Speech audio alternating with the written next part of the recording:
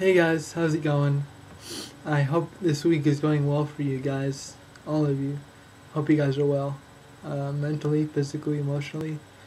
Yeah, I have a few moments to myself, to where I just wanted to come on here and, you know, share some things that have been going through my mind, in hopes that you can relate, in hopes that it can inspire you to really just seek answers for your own life. What I want to talk about today is physical image and how we view ourselves as people. Um, I want to give you some biblical text today that I've been dealing with and wrestling with. So this is kind of going to be a sermon and a preaching and a teaching all in a few minutes. Hope you guys are going to like it. Um, I know one of my callings in my life is to be a pastor. Um, and I have a friend who is an agnostic or slash atheist. I don't know how she would define herself. But I was talking to her about this yesterday, and she was like, "Yeah, I really feel that being a pastor is your calling in life, you know." And she's one of the nicer atheists, which is really cool. You know, she isn't really staunch or mean or grouchy. And she's not like wants to rip your head off all the time because you're a Christian.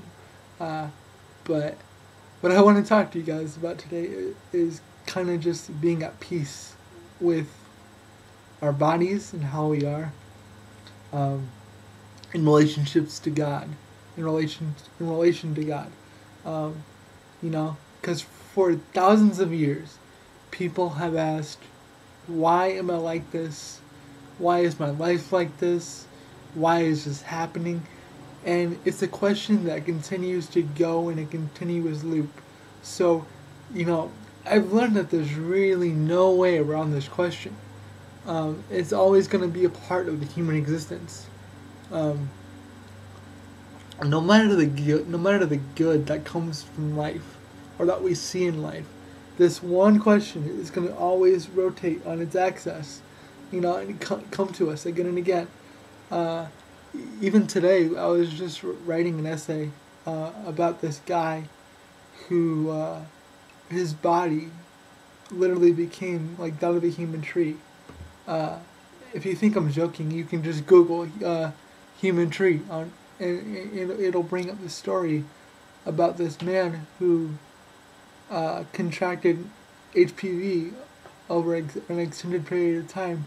Essentially, it started with a cut on his knee, and then he never got it treated, and eventually it turned into like these warts. And after that, his body would just expand with these tree roots, and like out of his head, out of his arms, out of his legs, like literally, he had thick layers of tree-like substances on his body.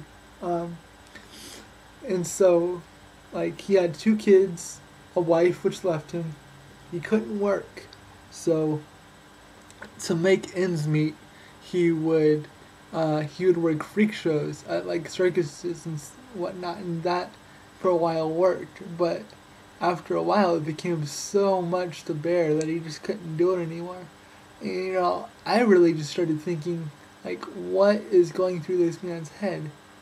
You know, what are his daughters thinking? Were they freaked out by it? Um, how much physical touch does he receive? How much intimacy does he receive in his life? Um, I had read that like his parents, they weren't taken back by it at all, which is a miracle in and of itself. Um, but his wife was totally freaked out by it, and people, you know, in his community, practically like ravaged him with insults. Um, and so I know that if I was him, I would want to spend, um, you know, hours in isolation and segregation from the world. I wouldn't want to face my existence. I would wish for something else. You know, I've been there.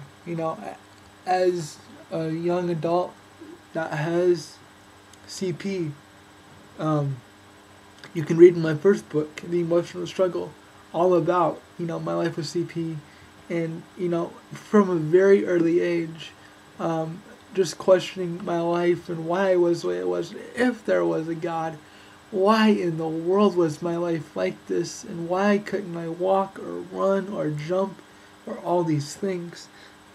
And there were times when I just didn't want to get out of bed or wake up anymore. And this is real life. This is happening to people all across the world. Um, but then I realized later down the road is that there's two things that have really changed my life, um, and it helped me understand who I was, and understand who my creator was. Now, I know that some of my followers on here are Christians, and some aren't, and some are atheists, and some really don't know what they believe at all about life, and that's fine. I'm really thankful for, the diverse audience that I have so far on here, and some are physically challenged and not. Some have mental handicaps, and you know, it's it's all tough to deal with in life. But I really do think that there's light at the end of the tunnel, for us, and so I want to take you guys to a passage, that I was reading this morning in my Bible, which is kind of falling apart right now, which is kind of cool. I like that. It's all rugged looking. But there's a passage in John chapter 9, verses 2 and 3, where essentially, what happens is, like, Jesus and his disciples are, they encounter this visually impaired man, and the disciples ask, Rabbi, who sinned to make this guy the way he was? Was it him or his parents? And, Jesus, he replies, neither man or his parents sinned, but this happened so that God's glory could be displayed through him or in his life. And I know that might not make sense to you right now, but what if I really think about it hard enough, like, it makes perfect sense to me, because I look at all I've been through with my condition and still continue to go through, and I see how the love of friends in my life, and the love that God poured out on me in my heart the moment I said, okay, Lord, this is me just opening my heart to you. I don't know all the answers, but I know that I am miserable, and I know that you are all that I'm longing for. So, literally, I would ask him, Lord, if you can just take away this pain, and with something else that you can, this love that you say you can give me, then please just pour that into me. And he did. And ever since that moment, my life has never been the same. Granted, my life is still as difficult as the next person, but like I said, the two things, two things, the love of people, my best friends that love me regardless of how many times I screw up, and the unconditional, unfathomable love that God gives me every day has been enough for me, and it has continued to be all that I need in my life, and that has taken me a long time to say. And getting back to the glory aspect, I think that what that verse means is that that's the Lord's way of saying, okay, look at this kid, he's got CP, and my light, my glory shines through him because he radiates my love. And look what I have done with this young man's life. Look at who my son is. I think that Jesus would say the exact same thing about you. Look at my daughter. look at what she has gone through, even though, she has had just a horrible past filled with addictions or whatnot, or, you know, um, the Lord could use tons of examples. There's a guy that I want to mention real quick. His name is Nick Vujicic. He was born with no arms and no legs. And just Google, not Google, but look him up on YouTube. And this guy is amazing. And God's joy and radiance of his light just pours out through him. And, he just smiles. And in your heart, when you listen to him, that there is something different about him. He's not bitter or jaded about his life. He's not like, God, you're so evil. I freaking hate you. Granted that he probably was like that, but through God's affections, through His Holy Spirit, through His mercy and love and tenderness, his life is completely changed, and I wholeheartedly believe that the same thing could happen to you, even today, if you would just be open to that. I'm not really sure if this hits home with any of you or not, but God has put so much worth on your life, and I really believe that He wants people to know that every day that this world exists, that this life is here, He wants you to know that you are priceless. You are more valuable than gold. And if you would just open your hearts to that, I promise you, your life will change. I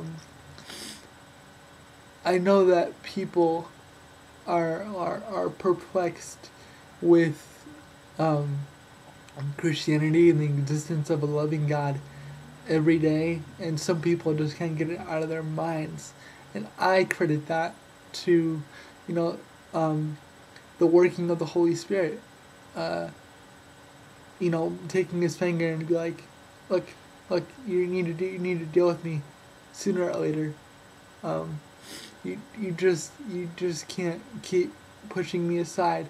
I'm gonna keep bugging you because I love you, and you might get angry, but sooner or later you're gonna know how much I love you and how much your life would mean so much more with me, like in it. And so I really just want you guys to just, get some quiet time and alone time by yourself. Go for a walk, spend some time outside, and just really open yourself up to the idea that you are loved with an unconditional, everlasting love. And it really doesn't matter. It isn't based on what you do. It's based on just who He is, who God is. And be honest with yourself. And because I think we would recognize that we do want that unconditional love. We do want that love that surpasses all understanding and all knowledge. And also know that you are not a mistake. You are priceless. You are amazing. You are beautiful. You are just the way you need to be. And your life is a story, and you can use that story to inspire people. And so that's kind of what I want to get at today. I'm now almost 15 minutes into this video, so I will cut this off, and I'll see you guys next week. Alright, later.